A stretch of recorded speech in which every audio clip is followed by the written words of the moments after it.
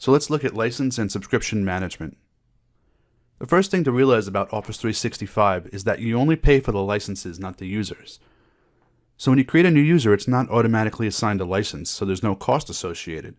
The user won't have a mailbox or access to any of the software, but he or she can be provisioned nonetheless. And this is an important concept to understand because it allows us to synchronize our Active Directory users without fear of consuming licenses. Now, either the global admin or the user management admin can manage users by adding and assigning licenses, as well as deleting users and unassigning licenses. All tasks that can be done in the admin center can also be done via PowerShell, and there are many tasks that can only be done in PowerShell, and we'll look at PowerShell to manage users in Objective 3. User and license management is performed from the user management screens, but information regarding the number of licenses purchased and consumed are available in the billing sections. Since different users have different requirements, it's entirely possible to have a mix of license types for your organization. Some users can have Business Premium, while others have E3 or E5. You cannot mix licenses between entity types such as commercial, nonprofit, and governmental. If this is a requirement for you, you'll have to contact Microsoft, and they may be able to make special considerations, but there's no guarantee. You can mix business and enterprise. Just know that if you plan to use the business category of licenses, that you cannot exceed 300. You can switch license plans for the entire organization or for specific users as your needs change. If you decide to switch only certain users, you'll have to do this manually by first assigning the new licenses to the users and then removing the old ones. There won't be any data loss as long as the new license supports all the features and data limits that are needed. If you experience a licensing conflict, which just means that you're trying to assign more licenses than you've purchased, there are 3 ways to remediate this. You can purchase more licenses, which I'm sure Microsoft would love, or you can unassign licenses from currently licensed users, or you can delete users, which will automatically unassign the license. Note that disabling users will not work. This will prevent them from logging in or using any services, but it won't unassign their license. Disabling accounts is used when you want to temporarily suspend user activity, but you don't want to delete them. Deleting a user, however, will unassign their license and mark all their information for deletion within 30 days. During this 30-day window, the user account and its data is recoverable if needed. If you hard delete a user, however, the account and all its data are immediately gone.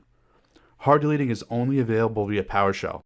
Some organizations choose to disable users rather than delete them so they can keep their data past the user's final day. But this costs money because you're still consuming a license. And if they have E3 or E5 accounts, they can mark the user's mailbox with legal hold, and then the email data will be preserved when the account is deleted. Purchasing new licenses and changing subscription levels can be done by the global admin or by the billing admin and is accessible in the Office 365 Admin Center under the Billing menu option. Let's take a look at these options in our trial account. Okay, so the first step is to log into our account and our password. Oh, admin 365.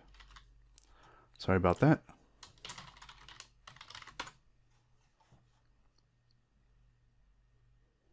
Okay, and we're in. So let's jump to the admin section. Okay, so we're in the admin center. The first thing we're going to do is jump to the billing menu and subscriptions. We're going to see that it's going to give us the license type, which is Office 365 Enterprise E3 Trial. We've got 25 available licenses, and right now we've got 1 assigned, and that's to me, the initial global admin. If we want to, we can assign more users. That will bring us into the user section, and we'll go there in a minute. But for now, let's walk through this menu option here. We can activate or buy the existing trial that we have, which would be $20 per user per month, or we can add additional subscriptions here if we wanted to add business or E5 or E1 licenses as well. This brings us to the purchase services section. And you can see here we have our Pro Plus, our E5, E1, as well as our business licensing here. We could purchase Dynamics CRM. We could purchase a lot of different subscriptions that Microsoft offers to integrate into Office 365. Okay, so let's go to the second option here, bills. We're not going to have any bills right now because we're in a free trial, but if we were to activate this account and start paying, we'd be able to access all of our bills and invoices for the last year at least. Let's go down to licenses. Here we see that we have 25 valid licenses, 1 is assigned, and 0 have expired.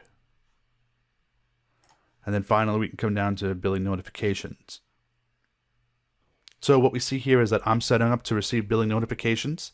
And if we wanted to, we could add additional billing administrators or global admins who would also show up here as being people who would receive email notifications whenever the attention of a person in charge of billing is required.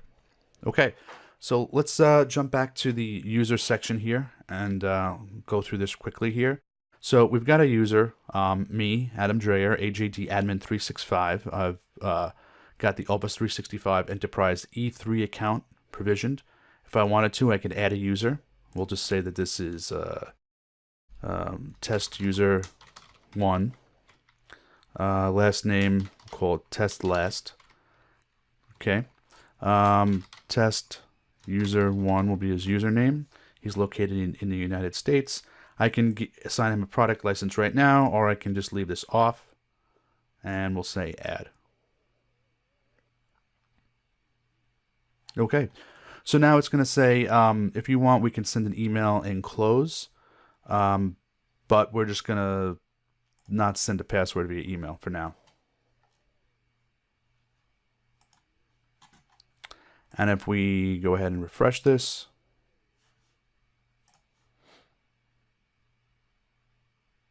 we should then say 2 users, one of which is unassigned.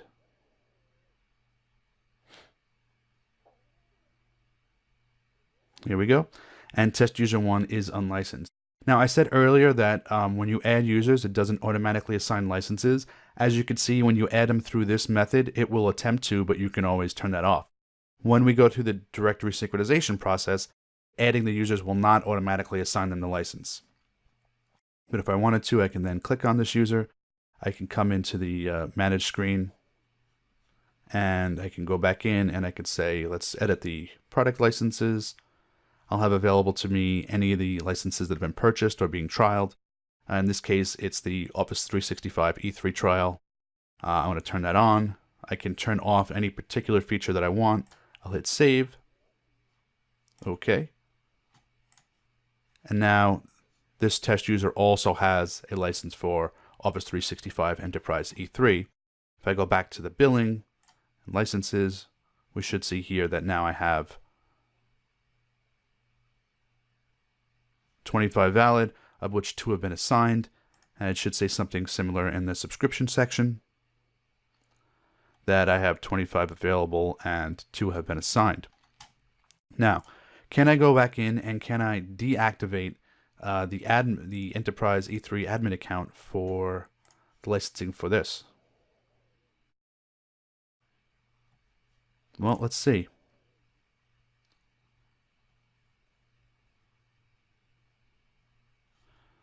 Yes, I can. I can turn that off. Products removed. So now this admin account doesn't actually have a license. It's still a user, it's still a global admin, so I can manage the environment, but it's not actually consuming a license anymore, which means I don't have email address and I won't have access to Word, Excel, or Outlook, or OneNote, or PowerPoint. So we'll go back in here, we'll verify that now. Let me refresh this. There should only be 1 assigned. Sometimes it takes a minute for the licensing to get updated. Okay, 1 assigned there. We'll come down to licenses. This also shows just 1 assigned, and that's the test user. If I go back to my Office 365 homepage, I should not have access to any of the applications, which I don't. Only the admin center, the store, and then the security and appliance section.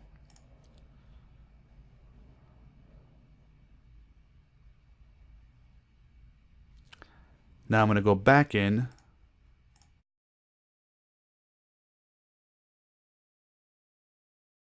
Just going to go reassign that license to me.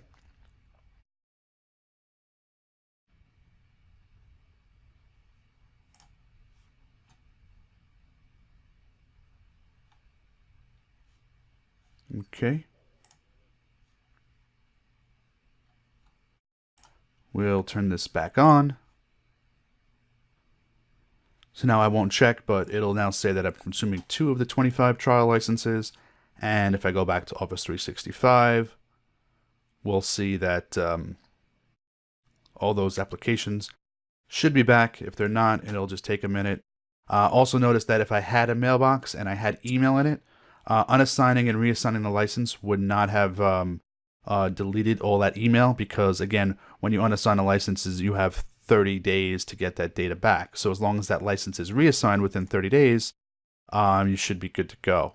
That hasn't updated yet, so I'm just going to double check that it's showing that I have an active license. I didn't check, I didn't look, and I do. So hopefully it's just a timing issue.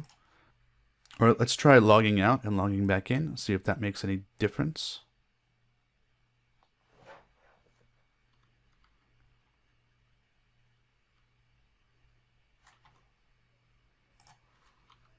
We'll go back to portal.office365.com.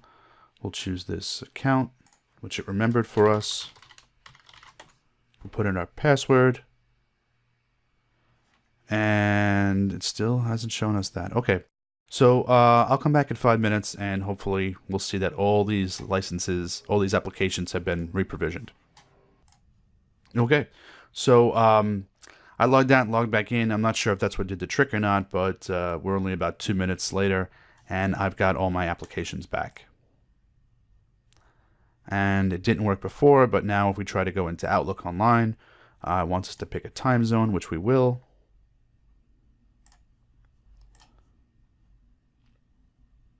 And it should put us right into our mailbox, which will probably be sparse except for maybe some sort of welcome email, but not even. Okay, so that's it. We've got an empty mailbox.